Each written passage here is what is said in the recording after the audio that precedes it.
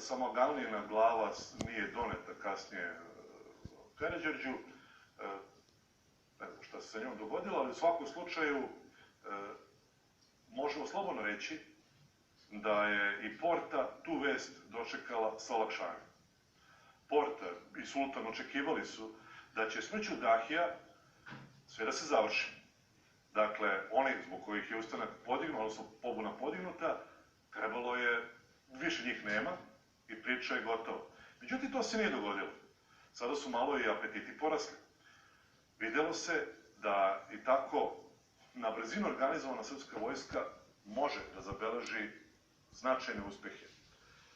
I onda dolazi do jedna od prekretnica u Prvom srpskom ustanku, a to je bitka na Ivankovcu.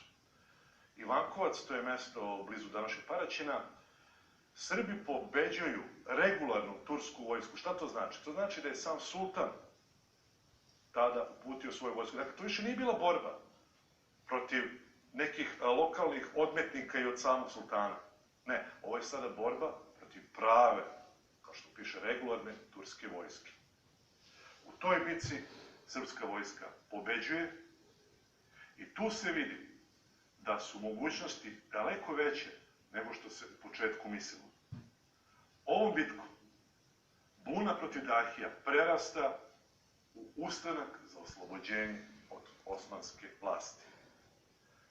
Bitka na Ivankovcu je, dakle, taj prelomni trenutak, ono što je pokazalo da srpska vojska može mnogo više od likvidacije Dahija.